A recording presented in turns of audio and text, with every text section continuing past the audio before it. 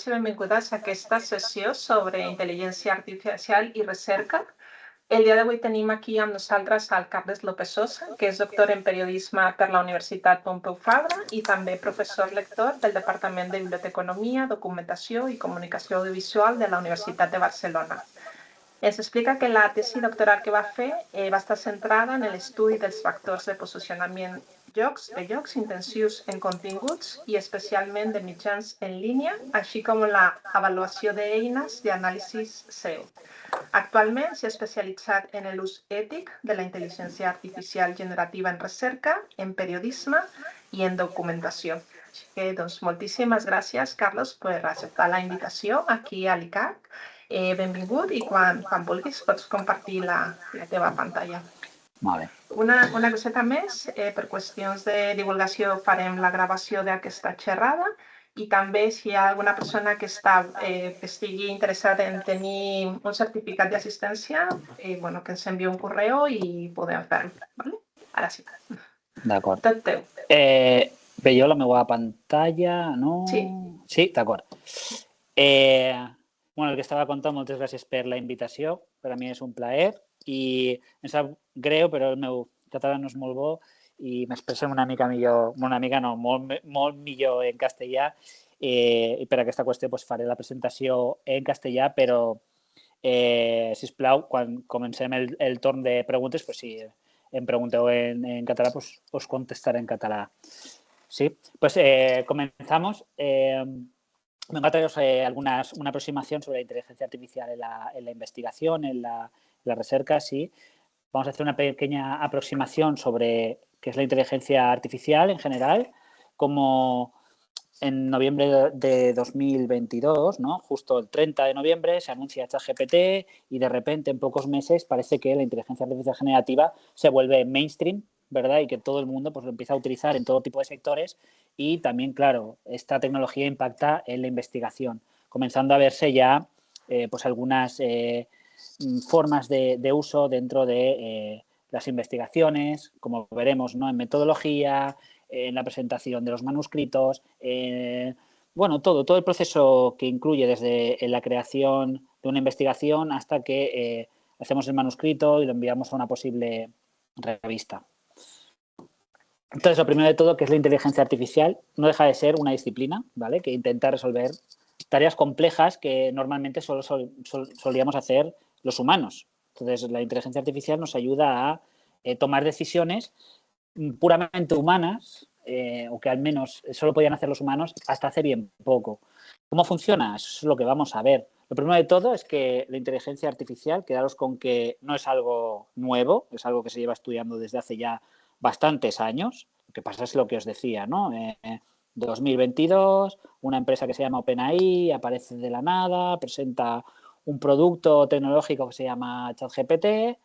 Todo el mundo se queda muy sorprendido de las posibilidades que tiene esta herramienta y de repente en muy pocos meses parece que ya se ha vuelto una tecnología disruptiva que está para quedarse con nosotros. Pero la realidad es que, como os decía, la inteligencia artificial está con nosotros desde hace mucho tiempo. Lo vemos con las traducciones automáticas que hacemos utilizando Google Translate, Deeply y otras herramientas. También los GPS que tenemos, que llevábamos utilizando nosotros y nuestros padres y hace muchos años, ¿no? El TomTom, aquel famoso, pues también trabajaba en cierto sentido con inteligencia artificial. Y otro ejemplo muy claro también es todas estas cámaras que están por las ciudades y van, cogiendo imágenes nuestras y nos van monitorizando por seguridad y este tipo de cosas, pues también funciona con inteligencia artificial. Y uno de los elementos esenciales o característicos de la inteligencia artificial es el aprendizaje automático. El aprendizaje automático, como su nombre indica, son tecnologías que aprenden de forma automática distintas tomas de decisiones que, como os decía previamente, en un primer momento solo podíamos hacer los humanos. Digamos que está la inteligencia artificial en sí misma, ¿no? Como a un nivel general, pero luego existe una cosa que es la inteligencia artificial generativa, que es como tecnología o como ejemplo ChatGPT. La inteligencia artificial generativa es aquella inteligencia artificial que genera cosas, produce contenido de todo tipo, de texto, de imagen, de voz, de vídeo y demás, y de cosas que todavía están por venir, pero bueno, al final produce contenido multimodal. Y se basa en dos características esenciales, que es el aprendizaje profundo y el procesamiento del lenguaje natural. ¿Qué son estas dos cosas? Bueno, el aprendizaje profundo es que esta tecnología aprende de un conjunto de datos gigantesco. Claro, si esta tecnología se conecta a Internet, que Internet es un conjunto, podríamos decir, casi infinito de contenido, pues claro, el aprendizaje es casi total, ¿no? Digamos que funciona del siguiente modo. Imaginemos que tenemos una inteligencia artificial generativa que hace imágenes, ¿no? Como algunas de las que ya hemos visto. Pues estas tecnologías aprenden del siguiente modo.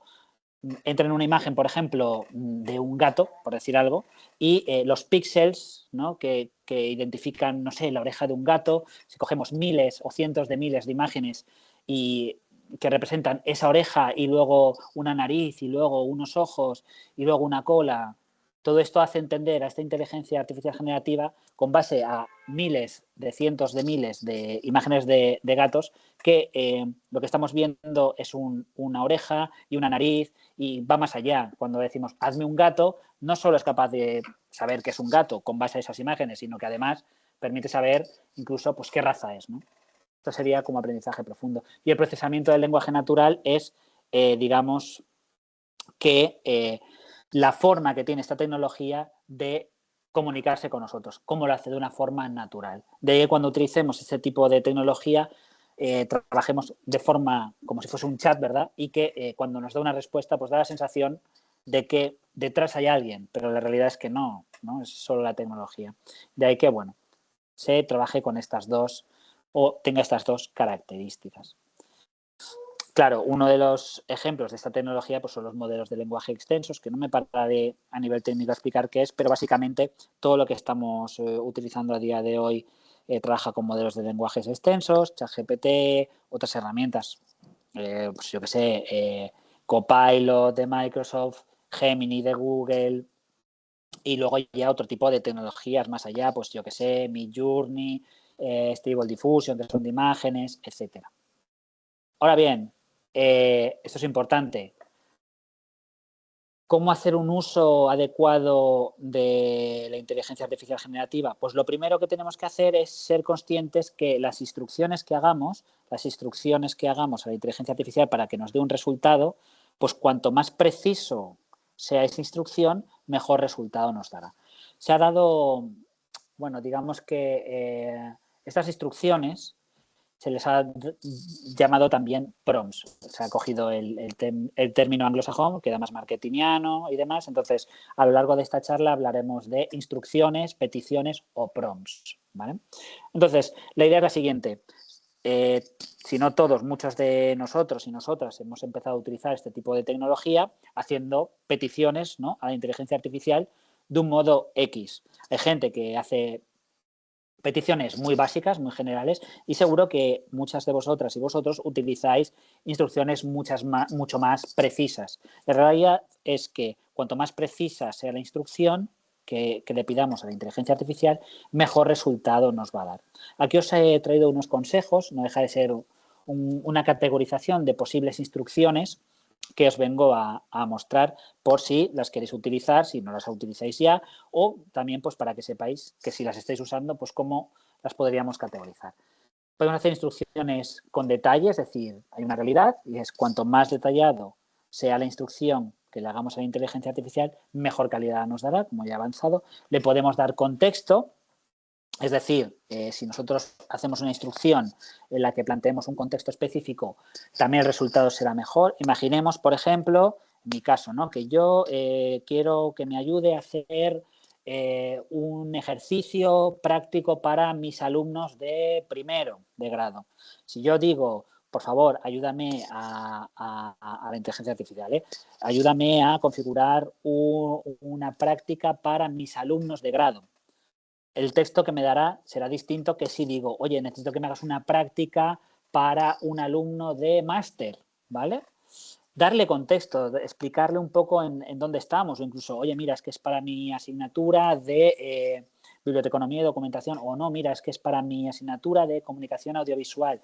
Digamos que todo ese contexto hace que el resultado que nos dé sea más preciso, ¿vale? También podemos plantear objetivos, pedirle que nos haga o nos devuelva un resultado siguiendo unos objetivos específicos, pues conseguir que ser más, se me ocurre, imaginemos que hemos hecho ya una investigación, tenemos nuestro manuscrito hecho, hemos decidido a qué revista queremos enviar el artículo, pero tenemos que hacer una cover letter. Pues podemos decirle, oye, ayúdame a crear una cover letter muy convincente con el objetivo, primero, de ser convincentes, claro, y segundo, para convencer al editor que pase ese primer filtro para que sea evaluado luego por revisión por pares. Bueno, pues la inteligencia artificial, bajo sus algoritmos y demás, es capaz de entender ese objetivo y nos va a ofrecer una cover letter enfocada a ese objetivo. No es lo mismo decir, oye, hazme una cover letter sobre este manuscrito que te paso, que decirle, oye, configura una cover letter siguiendo este objetivo que es el siguiente. Quiero conseguir que el editor vea mi investigación desde un punto de vista como valor añadido para su revista y que pase el primer filtro, ¿vale? Esta podría ser una opción. También por audiencias, lo mismo, ¿no? Lo que vendría a ser también el ejemplo anterior. Configurar un resultado con base a una audiencia específica, un editor, unos alumnos de primero, de cuarto, para mis jefes, mis compañeros, ¿no? Podemos ajustar el texto a esa petición, ¿no? A una audiencia específica. También podemos pedirle que nos dé un resultado con base a ejemplos que ya le damos previos. Imaginemos, volvemos al tema de las cover letters. Oye, es que esta cover letter que hice en su momento me parece que es redonda, está perfecta, pues le podemos subir esa cover letter y decir, oye, he hecho un nuevo estudio, siguiendo como modelo, como ejemplo, esta cover letter que ya hice en un pasado, configura una nueva cover letter en el contexto de esta nueva investigación que acabo de desarrollar, ¿no? Y luego hay cosas que ya hacemos ya per se, ¿no? Es decir, tareas y roles que solemos ya plantear cuando hacemos una instrucción, que es redacta un correo electrónico, redacta no sé qué, compara esto con esto, crea, resume, actúa como, ¿vale? Por ejemplo, el actúa como podría ser como estrategia, ¿eh? Hemos hecho nuestro manuscrito y decimos, vale, actúa como un posible evaluador e identifica posibles fisuras o, sí, posibles limitaciones de mi artículo. Y nos puede localizar cosas. Que luego podemos estar de acuerdo o no, ¿vale? Pero, bueno, que sepáis que este tipo de estrategia pues puede ayudarnos en estos sentidos. O incluso podemos pedirle que nos estructure alguna petición que hagamos de forma específica o fragmentada. No sé, se me ocurre un correo electrónico, ayúdame a redactar un correo electrónico, incluye un asunto, una introducción, un desarrollo, un desenlace, unos bullet points, lo que sea. La idea está en que tenemos estos consejos, tenemos muchos más, ¿vale? Muchas categorías de prompts, de peticiones, y la idea está en que las podáis utilizar según vuestras necesidades, vuestra creatividad y demás. Por lo tanto, estas son una base muy básica, pero que dependerá de vuestro ingenio para poder tener mejores resultados. Eso me lleva a esto, una hoja de trucos que os he traído, es de Anna Ibars, esto ya tiene bastante tiempo, pero aquí tenéis más categorías o formas de hacer peticiones. Pues podemos pedirle estilos de escritura. Oye, escríbeme de forma formal o de forma persuasiva o de forma descriptiva. También tenemos distintos comandos. Oye, ayúdame a predecir, dame opiniones sobre.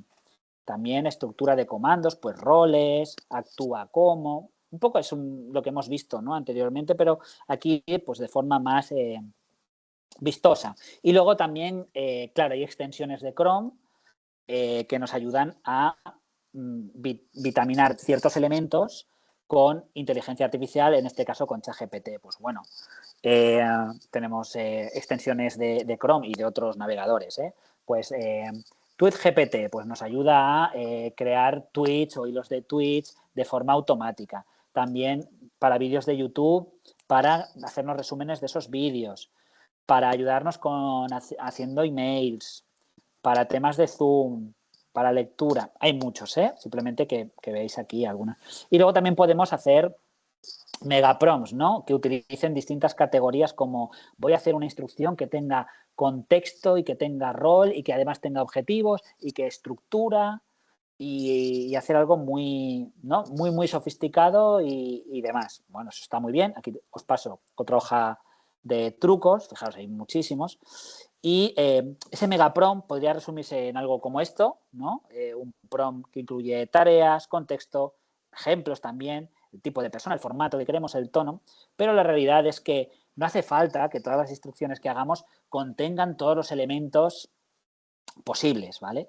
Cada instrucción pues tiene su casuística. Lo que os tenéis que quedar es con que no nos quedemos en hacer una petición en la superficie de hazme un correo electrónico sobre tal o contéstame a no sé qué. No, vayamos un poquito más allá, ¿vale? Es con lo que quiero que os quedéis.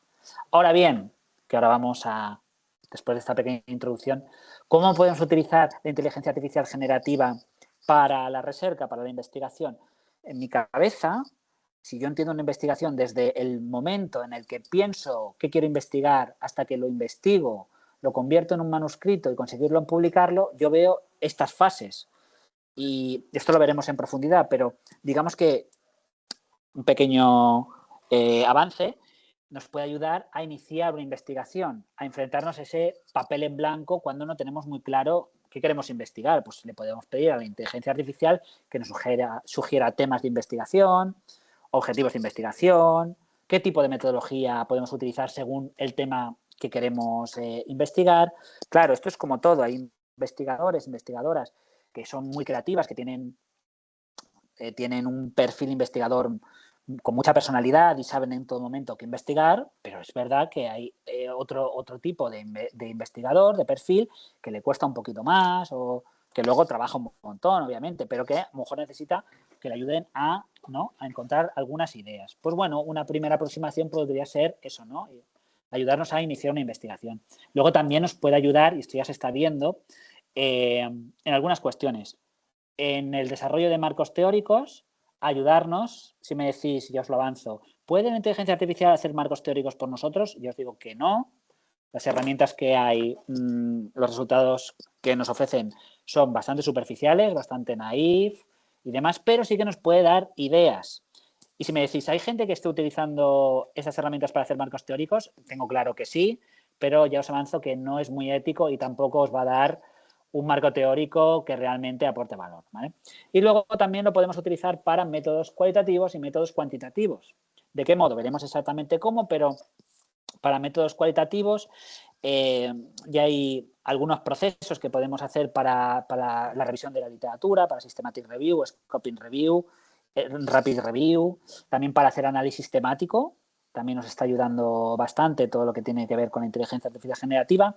También para el desarrollo de estudios con entrevistas, ¿vale? Veremos exactamente cómo.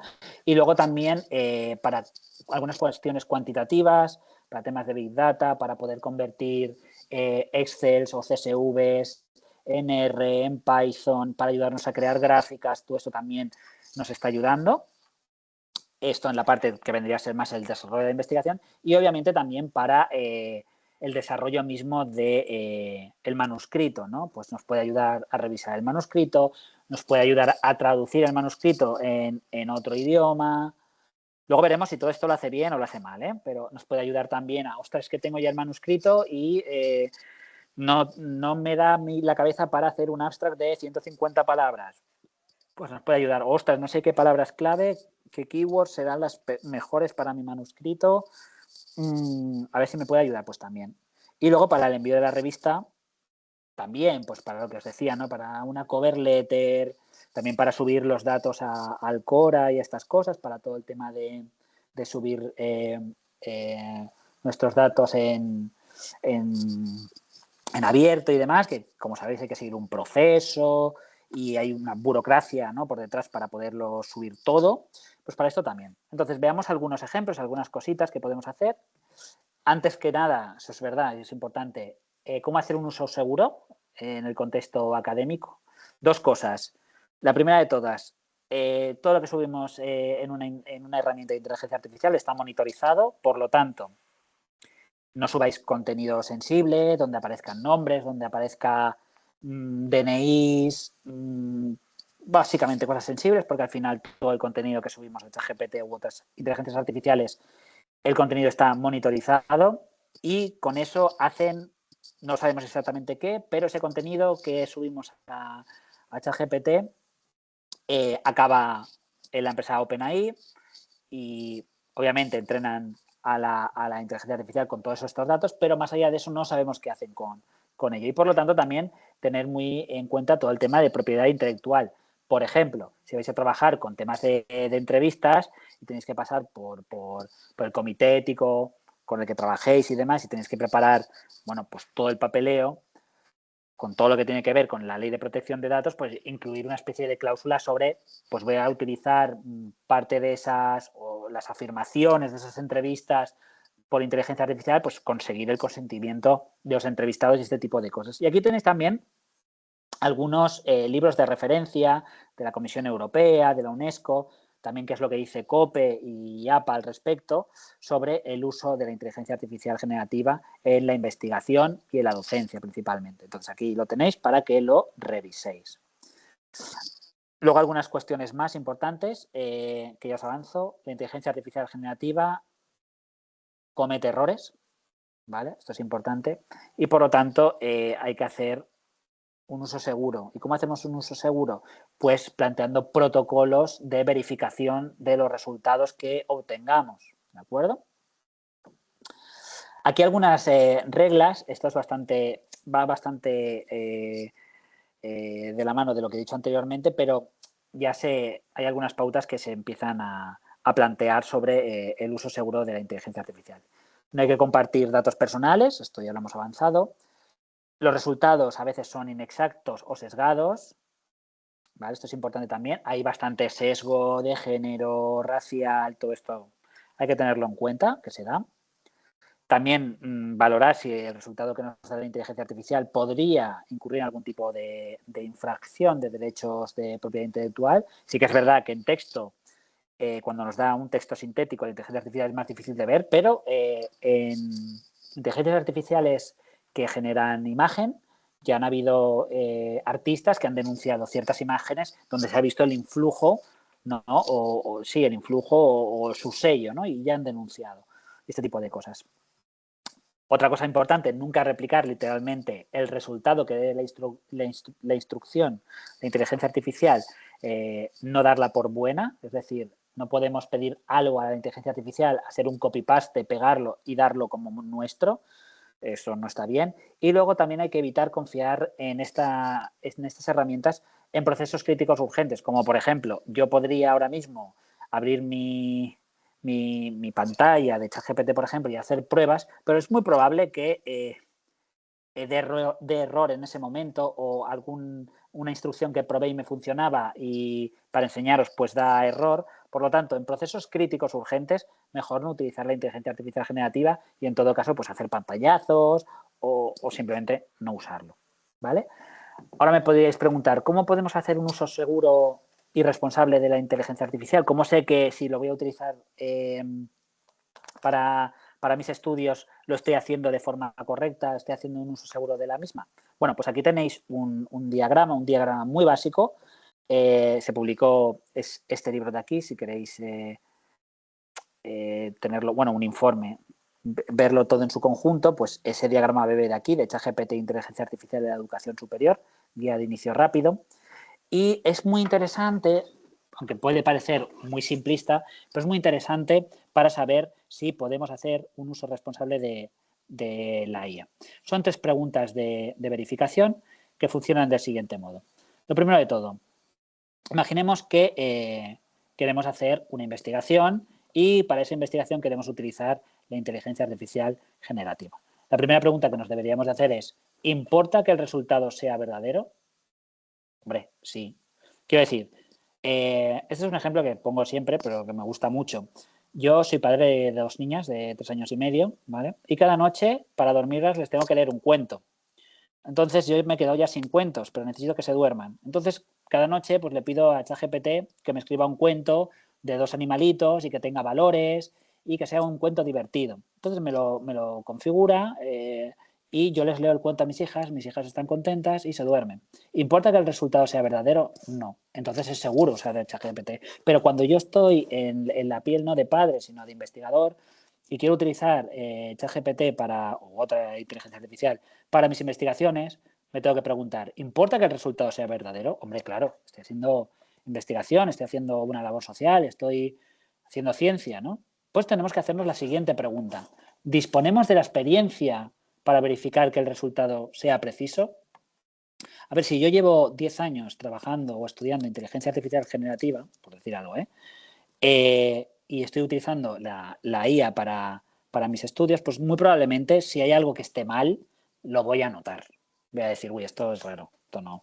Sí que voy a tener la experiencia de verificar eso. Pero si yo en cambio decido empezar una nueva línea de investigación que sea, no sé, el cambio climático y la comunicación, y no he hecho nunca nada de eso, pues obviamente no dispongo de esa experiencia previa para verificar que el resultado es preciso.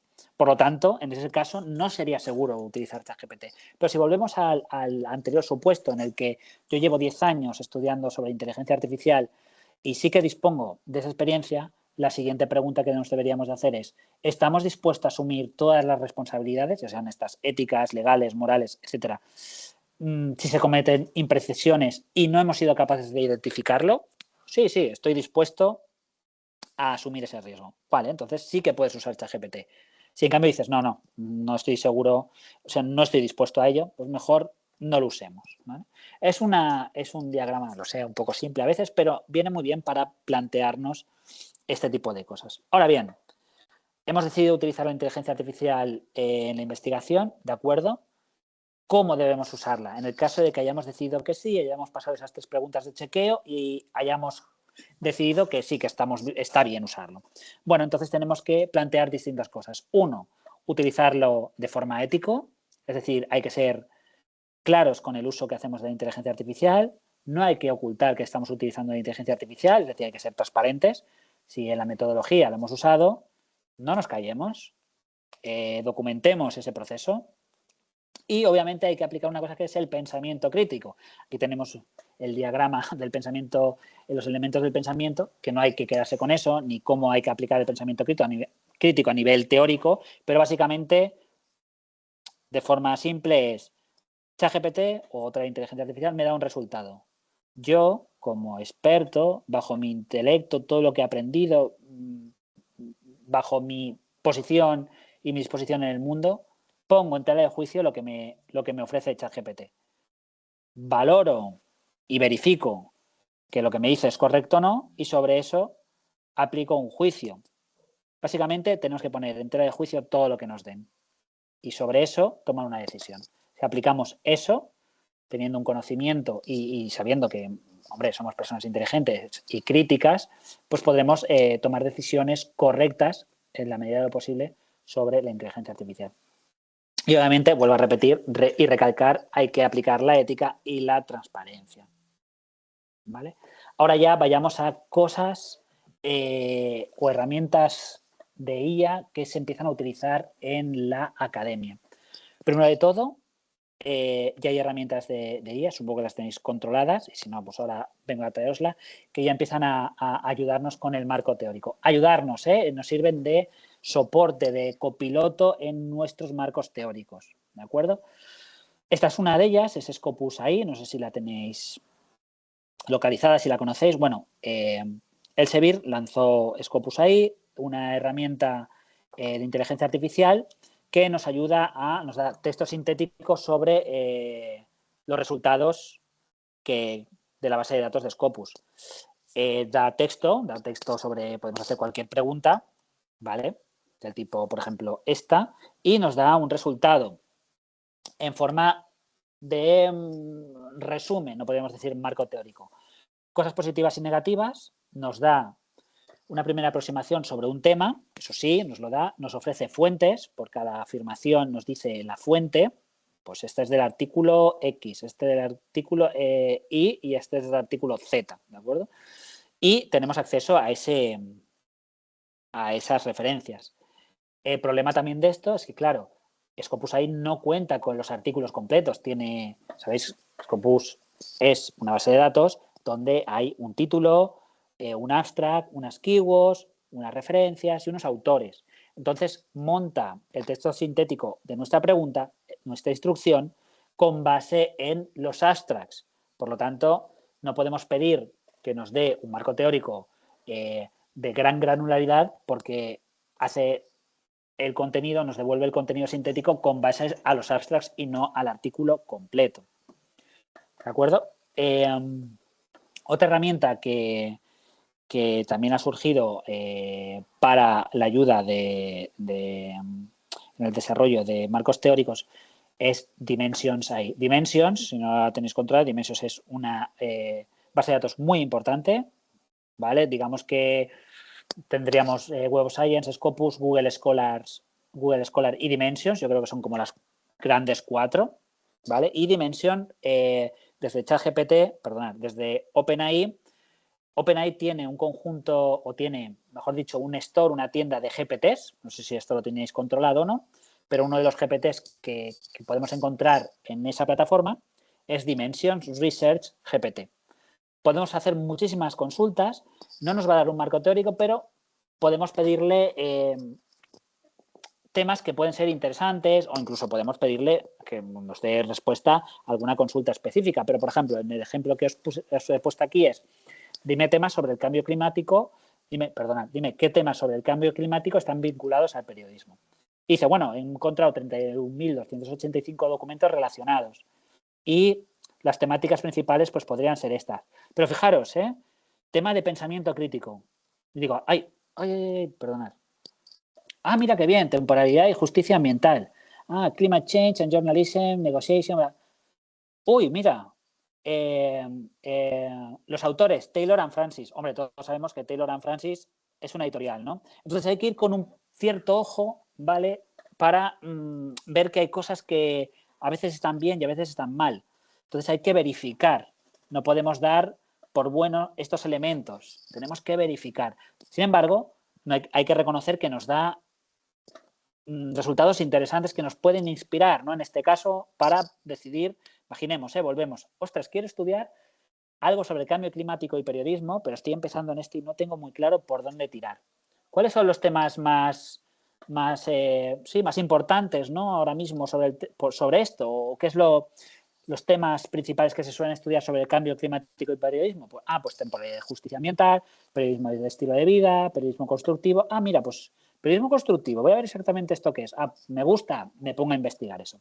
Pero fijaros, lo que os digo, Taylor and Francis no son dos investigadores o investigadoras, es una editorial.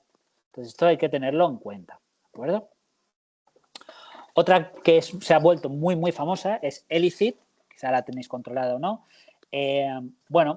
Nos ofrece también un resumen a las instrucciones que le pedimos y también nos da las referencias, que esto es algo muy importante. Y, en su versión de pago pues nos da más resultados. Pero bueno, en esta versión pues nos da un pequeño abstract. Sin embargo, lo interesante aquí es que no solo nos puede dar un abstract, sino que además podemos incluir elementos que queremos que nos dé como resultado. Pues, oye, podemos hacer una instrucción específica sobre el tema que investigamos y podemos decirle que identifique cuáles son las limitaciones habituales con las que se encuentran otros compañeros y compañeras. Oye, necesito que me digas los principales resultados, lo tenemos aquí, o las principales metodologías que se suelen utilizar. Entonces, todo esto lo podemos arrastrar y nos puede dar resultados que nos den una visión, al menos una primera visión sobre estas cuestiones. ¿De acuerdo? Algunas consideraciones o recomendaciones sobre marcos teóricos si vais a utilizar ese tipo de herramientas de IA. Claro, importante. Si el sentido del marco teórico, al menos para mí, es el siguiente. Yo hago un marco teórico para tener un estado de la cuestión sobre lo que se ha investigado hasta la fecha, sobre lo que yo quiero investigar. Es decir, si yo entiendo que la ciencia es acumulativa, que bebe de lo que se ha hecho previamente, y sobre eso yo veo un gap, una limitación, y decido estudiar algo nuevo para dar un paso más bajo esa acumulación, hay ciertas cosas que no podemos no podemos dejar o pasar por alto.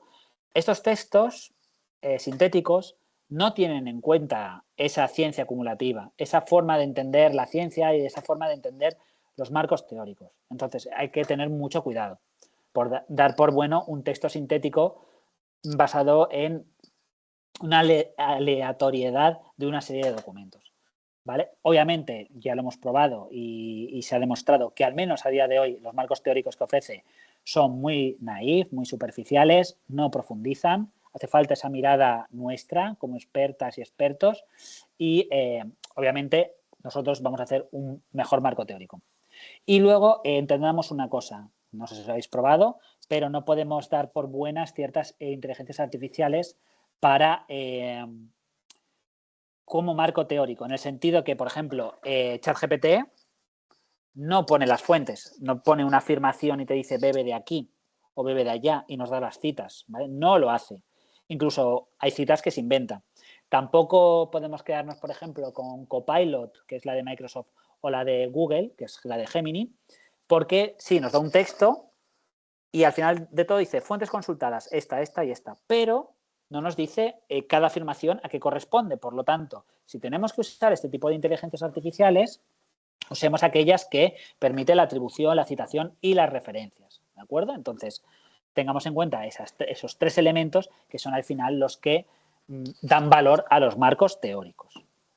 ¿Vale? Hemos visto lo que es estas cuestiones de desarrollo de marcos teóricos. Vayamos un poco a ver qué tipo de usos podemos hacer con la inteligencia artificial generativa en nuestras metodologías. He cogido un par de ideas, sobre todo en el desarrollo de Scoping Review o Systematic Literature Review, porque en sí mismas pueden ser estudios autocontenidos y, por tanto, bueno, las revisiones sistemáticas pues cada vez se ponen más en valor como estudios en sí mismos, ¿no? Si cogemos el framework Salsa, no sé si lo tenéis localizado, pero básicamente las Scoping Review y la Systematic Literature Review suelen trabajar con Prisma y con Salsa. En este caso, nosotros, un equipo de compañeros y compañeros, hicimos lo siguiente. Vamos a coger el framework Salsa, que se basa en búsqueda, valoración, síntesis y análisis, y veamos cómo con ChatGPT podemos solventar alguna de estas fases. ¿Vale? No voy a explicar en profundidad cómo se hace, pero quiero que os quedéis con lo siguiente. En líneas generales, el framework Salsa, si no lo tenéis controlado, funciona del siguiente modo. 4 fases que hacen trazable el desarrollo de esa revisión sistemática exploratoria. La búsqueda, que es decir, la ecuación de búsqueda que pongo en Web of Science Scopus o en la base de datos que decidamos. Pues la inteligencia artificial generativa nos puede ayudar a sugerir palabras clave, es decir, esas consultas que hacemos en Web of Science Scopus o la base de datos que sea, para configurar la ecuación de búsqueda que será parte de nuestro corpus, ¿no? Nos va a permitir revisar y mejorar también la ecuación de búsqueda sobre inteligencia artificial y nos puede ayudar también a proponer una ecuación de búsqueda a partir de temas de investigación X. Una vez hemos hecho esa búsqueda, obviamente cuando hacemos una búsqueda general o más tradicional, ¿no? En Web of Science Scopus nos da una serie de documentos, ¿no? Un banco de documentos. Esos documentos se tienen que revisar porque vamos a encontrar falsos positivos, algunos artículos donde el tema central no esté enfocado a lo que nosotros queremos investigar. Por tanto, todos esos resultados acaban eliminándose. Pues también vamos a poder utilizar la inteligencia artificial generativa para esa valoración.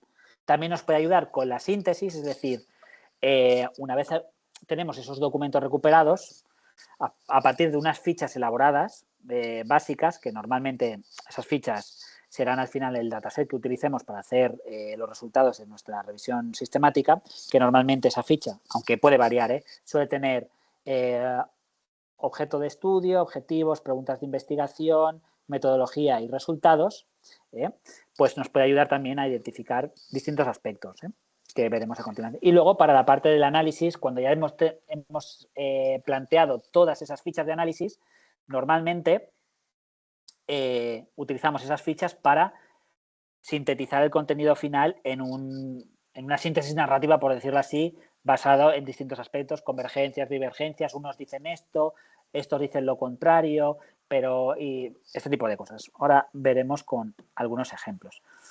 Fijaros, con base a lo que hemos dicho antes, pues podemos hacer consultas del tipo, quiero hacer una búsqueda booleana para encontrar documentos sobre inteligencia artificial, periodismo y nuevos formatos. Bueno, nos dan algunas propuestas, algunas ideas, ¿vale? De posibles palabras clave. ¿Tenemos que utilizarlas todas estas? No. Tenemos que decidir nosotros, pero nos puede ayudar a ver cuáles pueden ser interesantes o alguna que no habíamos tenido en cuenta y que nos puede quizá interesar. También lo que os digo, puede ayudarnos a mejorar la ecuación de búsqueda. Tenemos esta ecuación de búsqueda, mejora esta ecuación de búsqueda y nos da, según ChatGPT, cuál sería una ecuación de búsqueda más optimizada.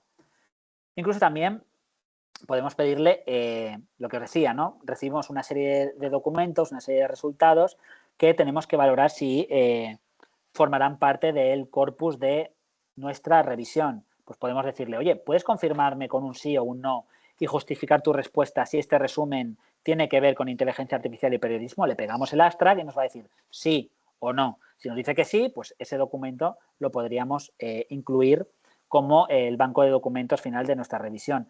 Y si nos dice que no, pues no. Aquí hay unas cuestiones más interesantes, pues nos puede ayudar a identificar temas específicos sobre las fichas de nuestra revisión. Por ejemplo, pues si le damos 10 fichas, pues nos va a decir, pues estas 5 van sobre este tema y estas 3 sobre este. ¿Vale? En este caso, por ejemplo, ha identificado esta por influencia de los algoritmos en la sociedad y el periodismo. O aquí nos puede ayudar a, imaginemos que ya tenemos X temas, ¿vale? 10 temas, por decir algo. Pues podemos decirle, vale, tenemos estos 10 temas, ¿puedes agruparnos en esos 10 documentos? ¿Cómo podrían ir vinculados? Pues, mira, pues el documento 1, 3 y 5 habla sobre la influencia de la inteligencia artificial en la sociedad y el periodismo. La categoría 2, pues podrían ir el artículo 5, el 6, el 7 y el 9. Con eso podríamos agrupar todo ese banco de documentos sobre unos temas específicos y hacer esa síntesis narrativa a través de clústeres de contenido, lo cual es muy interesante. Aquí unas cuestiones más de identificar convergencias y divergencias sobre las respuestas de nuestro banco de documentos, ¿vale? Y, bueno, está bien porque nos permitiría argumentar los resultados de nuestra investigación con base a esas convergencias y divergencias. Importante, si vais a utilizar este tipo de inteligencia artificial para la Systematic Review, plantear protocolos de revisión o de verificación de resultados. No podemos utilizar esta herramienta como o sea, para todo, pero puede ser un punto de partida importante o interesante para hacer nuestra revisión. Imaginemos, ahora pasemos a otra cosa que es las entrevistas. Fijaros, no sé si trabajáis con las entrevistas, pero es interesante ver cómo podemos utilizar ChatGPT u otras herramientas para hacer estudios de entrevistas semiestructuradas, estructuradas y demás. Aquí os he puesto algunos ejemplos de cosas que podemos hacer, ¿vale? Que os quiero mostrar. Quiero desarrollar una investigación cualitativa mediante entrevistas sobre los efectos de la inteligencia artificial en las redacciones, tomando como entrevistados a expertos en el tema. Primero de todo, ayúdame por trazar, ayúdame a crear los objetivos y varios subobjetivos. Bueno, y aquí nos da algunas opciones. Decimos, vale, siguiente paso. De acuerdo, ya tenemos los objetivos, los subobjetivos. Ayúdame a plantear las preguntas de investigación. Y aquí nos las daría, ¿no? De acuerdo. Dame un par de preguntas de investigación atendiendo al objetivo principal. Bueno, pregunta 1 y pregunta 2. Vale, siguiente punto. Vamos a montar la guía de entrevistas. Con base a esas 2 preguntas que me has dado, dame diferentes preguntas para los entrevistados a los que, bueno, voy a consultar. Y aquí nos hace la guía. Es muy interesante. Quedaos también lo que os digo. Da resultados, sí, pero todo esto se tiene que verificar. Pero no es lo mismo hacer preguntas desde cero que utilizando la inteligencia artificial como soporte. Pues aquí tenéis algunas opciones. Otras cosas también importantes. Claro, es importante varias cosas, ¿no? Decidir a qué personas vamos a entrevistar, todo eso se tiene que trazar porque muchas veces enviamos artículos en este sentido y nos pueden decir, oiga, pero usted cómo ha seleccionado a los expertos, justifíquemelo, ¿no? Pues nos puede ayudar la inteligencia artificial y otro elemento también muy importante a tener en cuenta es cómo contactar a esta gente. Si lo hacemos por correo electrónico, la inteligencia artificial generativa nos puede ayudar a hacer lo que os decía, ¿no? Ayúdame a confeccionar un correo electrónico con el objetivo de convencer a estos posibles expertos y expertas de que contesten a mi estudio. Esta podría ser una opción, ¿vale? Aquí primero lo que es el perfil del experto, por si nos puede ser interesante. Y bueno, y aquí lo que os digo, ¿no? Ayúdame a crear un correo electrónico. Y claro, el correo electrónico, fijaros lo que os decía de darle más contexto, hacer más útil la instrucción. Por un lado, pedimos que nos intenten contestar o que ese correo sea lo más eficiente posible para conseguir que participen. Y en segundo lugar, que cumpla con la ley de protección de datos. Con ello tenemos todo esto, ¿vale? Como propuesta de entrevistas. Son solo ejemplos que podéis utilizar si queréis o pueden ser como punto de partida para vuestros trabajos según vuestro contexto, ¿vale? Y luego, por ejemplo, también, ¿no? El documento informado que tenemos que desarrollar a veces cuesta y demás para que nos lo firmen, para que puedan participar, pues también nos puede ayudar a crear ese bueno, consentimiento informado. Otra cosa muy importante es que si trabajáis con entrevistas, puede ser que tengáis que entrevistar a alguien que no sepa catalán, no sepa castellano o incluso que no sepa inglés. Pues con la nueva aplicación de ChatGPT, no sé si la tenéis controlada, la que es en el móvil, tenemos la opción de voz. Podemos pedirle que nos haga de traductor directo entre nosotros y un interlocutor. Por lo tanto, si tenemos ChatGPT en el móvil, podemos decirle, voy a hacer una entrevista con tal persona que solo sabe ruso. Por favor, cada pregunta que haga, tradúcemela en ruso para que la persona sea capaz de escucharlo en ruso y cuando esa persona me conteste en ruso, tú me lo traduces en castellano, prácticamente en tiempo real, pues que sepáis que esto ya se hace, ¿vale? Y otra cosa muy importante, que sabéis si habéis trabajado con entrevistas, que es algo muy tedioso, es que es la transcripción de de los audios, ¿no? O del vídeo. Transcribirlo es complejo. Pues OpenAI tiene su propia herramienta de conversor de audio a texto, que bueno, se llama Whisper, y es muy difícil de usar si no se sabe. Es complicado porque va conectado con GitHub, pero ahora han sacado esta plataforma que se llama Replicate, en la que simplemente con un par de clics podemos subir nuestro audio y convertir nuestro audio, fijaros, es muy fácil de subir, en texto. Hacemos clic en Drop a File, seleccionamos la grabación, es decir, la entrevista, hacemos clic en cargar y ponemos, oye, que es que la quiero en castellano, porque está en castellano, o en inglés sería EN, ¿no? En language, y nos da el resultado en formato texto.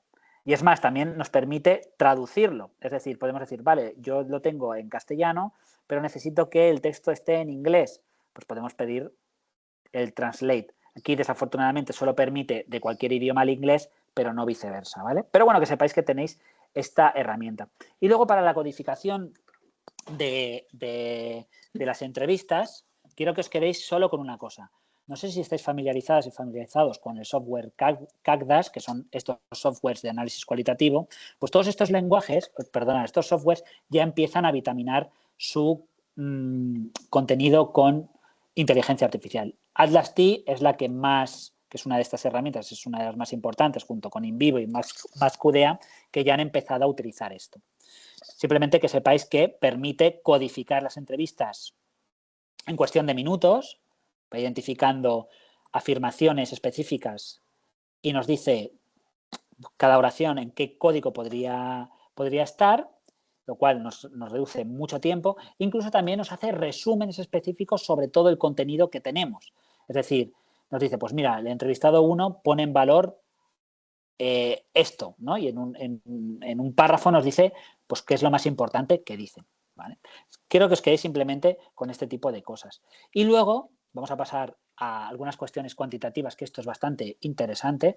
Primero de todo, hace no mucho ChatGPT no permitía subir documentos. Hace poco ChatGPT lanzó su versión 4O o de Omnicanal, ¿vale? Omnicanal, es decir, podemos subir distintos documentos y formatos, pero antes no, antes necesitábamos el explorador y poner extensiones de Chrome o de otros navegadores. Pero actualmente ya podemos hacer cosas del tipo la siguiente. Voy a darte, esto era ChatGPT 3.5, que no nos permitía subir documentos, y lo que teníamos que hacer para poder subir un Excel entero era hacer copy-pastes fila a fila, porque claro, tenía unas dimensiones específicas.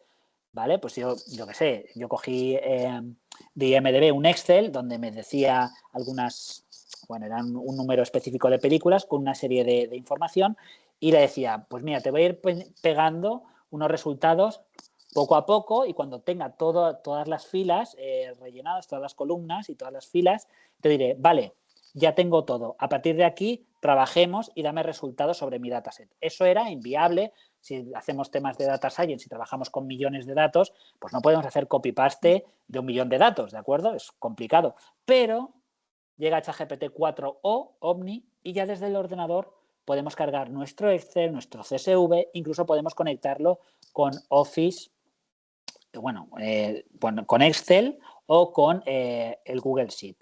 Y aquí algunas cuestiones que os quiero mostrar, no sé si lo tenéis controlado, pero lo interesante aquí es que le podemos pedir cosas como subir el documento y decirle, calcúlame el número total de películas de cada uno de los géneros cinematográficos. Aquí era la idea de poner a prueba, con cosas básicas, este dataset. Bueno, pues nos dice, bueno, he calculado el número total de películas por cada género y nos dice esto. Permite descargar el documento en forma de tabla, esto está muy bien. Y luego también podemos pedirle, no sé si trabajáis con, pues eso, ¿no? Con este tipo de datos, no sé si trabajáis cuantitativo, pero podemos pedirle que nos recomiende cuál es la gráfica la más óptima a nivel de visualización para los datos, estos resultados, o incluso que nos convierta en R o en Python estos resultados para luego pasarlo a Visual Basic, este tipo de cosas, ¿vale? Incluso cosas un poco más sofisticadas, calculame la media, la mediana, la moda, y te lo da, ¿no? Y lo mismo, pues, ¿cuál sería la gráfica más interesante al respecto? Pues sería esta, ¿vale? O analiza las posibles correlaciones entre las variables cuantitativas y también, ¿no? Y lo interesante también no es solo que nos da unas gráficas que pueden ser las más importantes o las que mejor definan nuestros resultados, ya os avanzo que muchas veces no, sino que además podemos hacer el siguiente proceso. Como decíamos que, perdona, como decíamos que podían haber instrucciones en las que pudiésemos ser, podemos hacer rol, podríamos decir algo así como, subimos el Excel y decimos, imagina que eres un experto en data science, saca todas las posibles conclusiones tomando para ello este dataset. Y sobre eso, pues ya nos diría, el dataset contiene información sobre todo esto, título, año, género, y estas son todas las gráficas que te puedo devolver. Y a partir de aquí, estos son todos los highlights que te doy. Pero también podríamos hacer el proceso al revés, es decir, ostras, me estoy leyendo un paper, he visto esta gráfica que es una pasada, pero no la acabo de entender. Por ejemplo, podemos subir una imagen y podemos preguntar algo como, te voy a dar un diagrama de dispersión de la cantidad de clips creados por un usuario y la cantidad de visitas recibidas por estos clips. Interpreta esta gráfica. Pues mira, pum, pum, pum, pum. Esto es todo lo que yo interpreto, ChatGPT interpreta sobre esta gráfica, permitiéndonos, bueno, tener una visión bastante interesante al respecto. ¿Problemas con esto? Obviamente, si no sabéis R, pues mejor no pedirle que os haga algo en R o en Python, porque seguramente o puede darse el caso que haya alguna línea que no sea correcta o que alguna línea genere mucho ruido y de una visión, bueno, que pueda haber algo un poquito más optimizado, y obviamente no podemos subir datos sensibles. Y luego otra cosa, pero que esto ya es como en líneas generales, es decir, cuando tenemos un dataset de muy buena calidad, pues los resultados que tenemos pues normalmente son de muy buena calidad. Si tenemos un dataset un poco mediocre, pues los resultados suelen ser un poquito más mediocres, ¿de acuerdo? Aquí tenéis algunas herramientas de IA que encontraréis si trabajáis con ChatGPT. Tienen un GPT Store como el Android y el iOS, con un montón de herramientas y muchas de ellas de investigación, específicas para la investigación. De hecho, si hacemos una búsqueda de todas ellas vemos que ya hay 6.800 resultados, es decir, hay 6.800 GPTs relacionados con la investigación, por lo tanto, es interesante. Y luego, unas cuestiones más importantes que quiero ya para acabar, que es lo siguiente. Es decir, ¿se puede utilizar la inteligencia artificial generativa? Sí, pero hay que plantear un proceso muy fino, ético, transparente, hay que plantear protocolos de uso, incluso incluir como material complementario todo el proceso que hemos seguido y subirlo a la revista. Y es más, ya APA lo deja muy claro. Es decir, primero de todo, ChatGPT no puede, ChatGPT u otra inteligencia artificial, se tiene que citar en la metodología como referencias bibliográficas, no puede ser en ningún caso autor, ¿vale? A principios de 2023 empezó a salir ChatGPT como autora de algunos artículos, pero se demostró que no podía ser autora porque no se le puede pedir rendimiento de cuentas si el artículo está mal escrito, ¿no?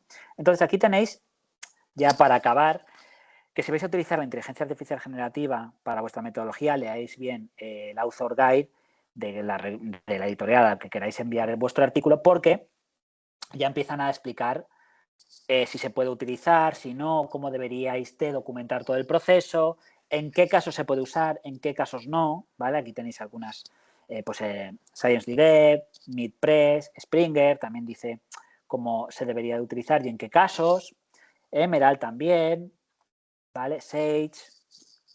Y luego todas aquellas editoriales donde no encontráis el author guide, que sepáis que si están asociadas a COPE, pues COPE también tiene sus propias guías de cómo usar esto, ¿de acuerdo? Y poco más que añadir, creo que es una oportunidad muy buena para todos nosotros y todas nosotras, pero hay que ser muy responsables, hacer un uso ético, aplicar la transparencia y el pensamiento crítico. Y hasta aquí mi presentación y estoy a vuestra disposición para cualquier duda y pregunta. Si os parece, dejo de compartir. No sé si lo he hecho bien o no. Sí. Vale. Pues muchísimas gracias, Carlos, por esta presentación, muy interesante. Juanco tenía una pregunta desde hace rato. Si vols obrir el micro. Sí, en realitat, em sentiu? Sí. Sí. Vale, ara sí, eh? No, en realitat ja l'ha respost abans. Era, o sigui, quan estaves parlant de la formulació del marc teòric, que ja especificaves, les limitacions que té, et volia demanar si tenia sentit o no utilitzar alguns d'aquests softwares que posaves sobre la taula per la formulació de l'estat de la qüestió o l'estat de l'arte. És a dir, bueno, tenir una primera visió panoràmica a revisar, però almenys un primer estat de la situació de dir, bueno, actualment què hi ha, no? Llavors volia saber, ja has dit que sí, i quin d'aquests softwares estaven més actualitzats o recomanaries més per fer aquesta tasca? Mira, clar, quina és la millor? Pues també depèn dels recursos que tingueu. És a dir, a veure, la millor ara mateix jo crec que és la de Scopus AI, perquè treballar amb Elsevier ja porta molts mesos i de fet ja hi ha moltes institucions que estan ja pagant per el seu servei. Hi ha altres, però el que és interessant de Scopus AI principalment és no només que et dona una informació i vas per iteració, pots fer consultes, sinó que també et fa diagrames de escoles, paraules clau que pots després anar a l'Scopus i posar-les com a queries que seran les que finalment formen part del teu estat de la qüestió. És a dir, tu pots fer una pregunta, no?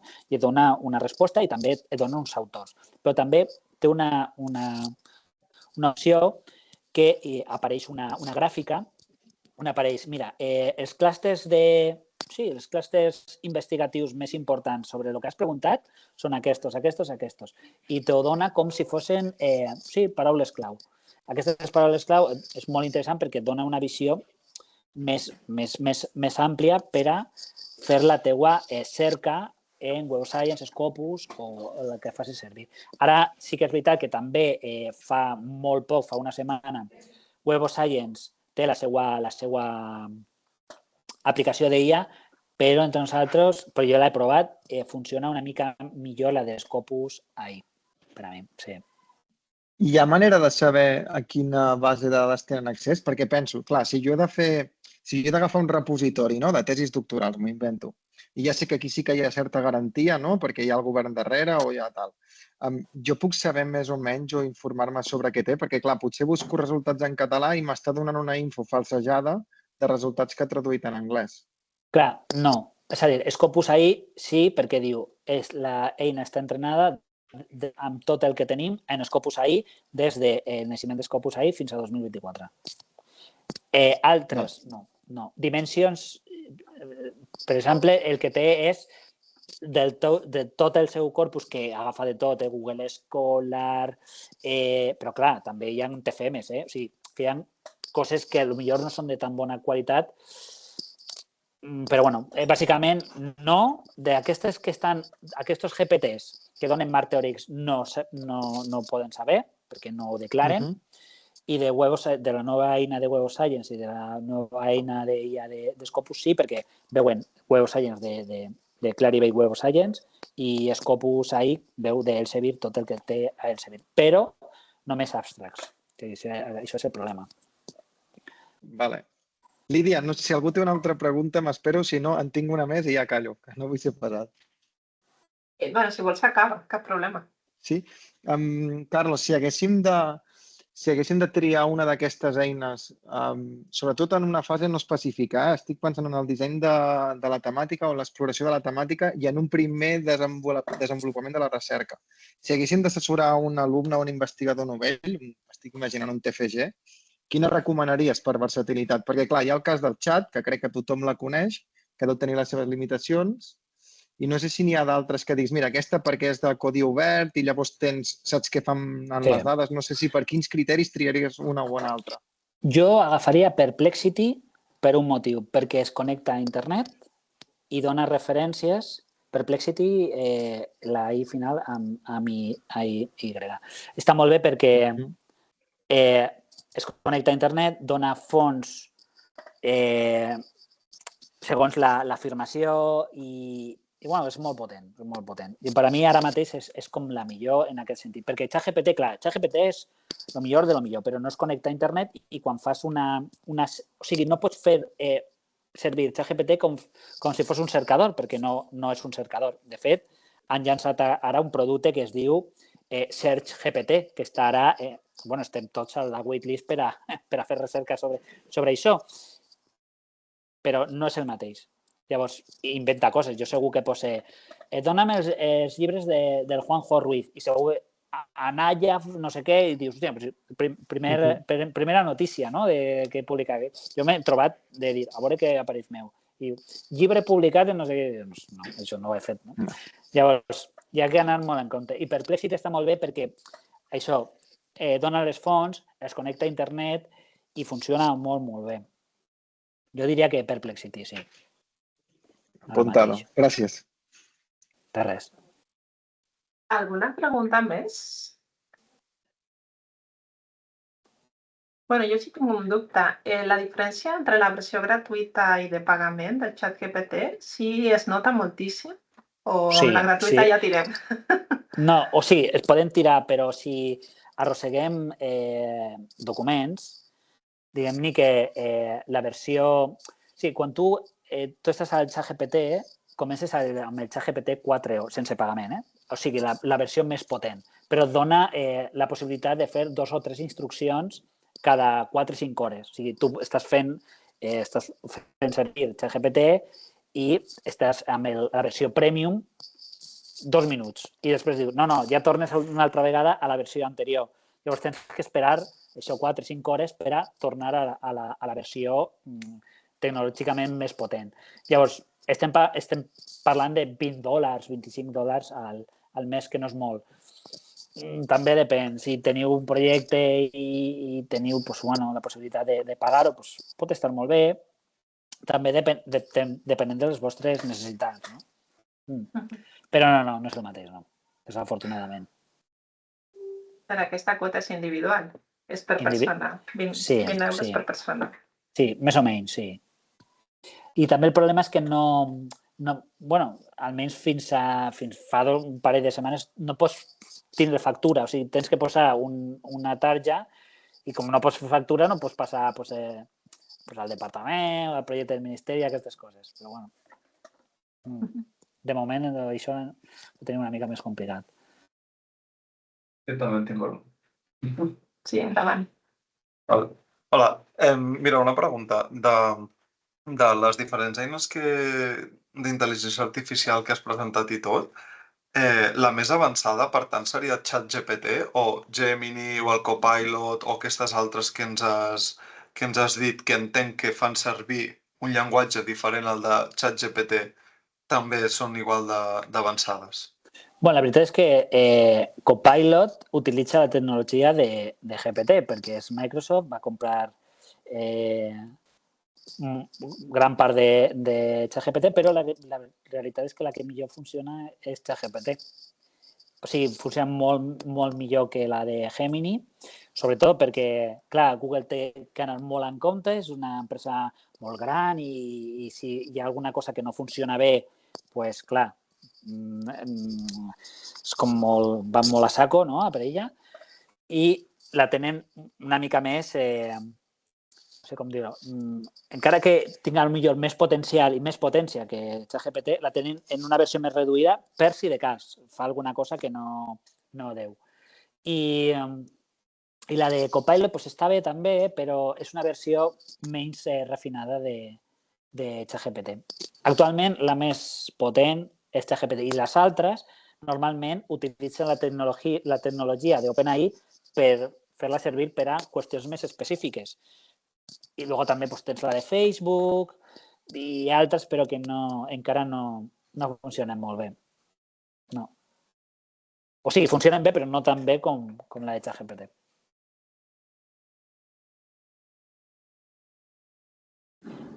I aquestes de Scopus i de la Web of Science són gratuïtes o també van a banda?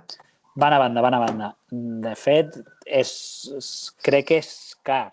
O sigui, no sé quan, però tens que pagar la llicència per tota la institució i són molts diners. I van a banda de la subscripció anual que tingueu de Scopus i Web of Science. Sí, desafortunadament sí. I vosaltres des de la universitat heu fet algun tipus de política per l'ús d'aquestes eines? Mira, s'està fent ara a la UB, hi ha una comissió d'experts que estem desenvolupant el que seria el manual de com fer servir la IA a la docència. Encara estem en aquest punt. I bueno, és complicat perquè encara no està clar. El que també et dic, ni s'ha contractat, i mira que és l'UB, no s'ha contractat ni Scopus ahir ni Web of Science ahir i no crec que es faci. Però clar, al final són molts diners. No ho sé. Vale. Doncs no sé si algú té alguna pregunta. Algú més? Em sembla que no. Bueno, doncs aniré a menjar, no? Us passaré, li passaré a Lídia la presentació i fer-la servir si us serveix, per el que vulgueu. Pues moltíssimes gràcies, Carlos, per la teva presentació. Juanjo, vols dir alguna cosa? Sí, Lídia, perdona. Com podem accedir als materials? Perquè, clar, no tens el nostre correu, perquè ens hem inscrit via link. Deixo aquí el correu aquí al xat i si vols després, quan me l'envie Carlos, te la reenviem. Super, vale, pues ara sí, gràcies. Perfecte, doncs moltíssimes gràcies a tots per assistir-hi i moltes gràcies, Carlos. Que vagi molt bé. Una abraçada. Una abraçada. Adéu.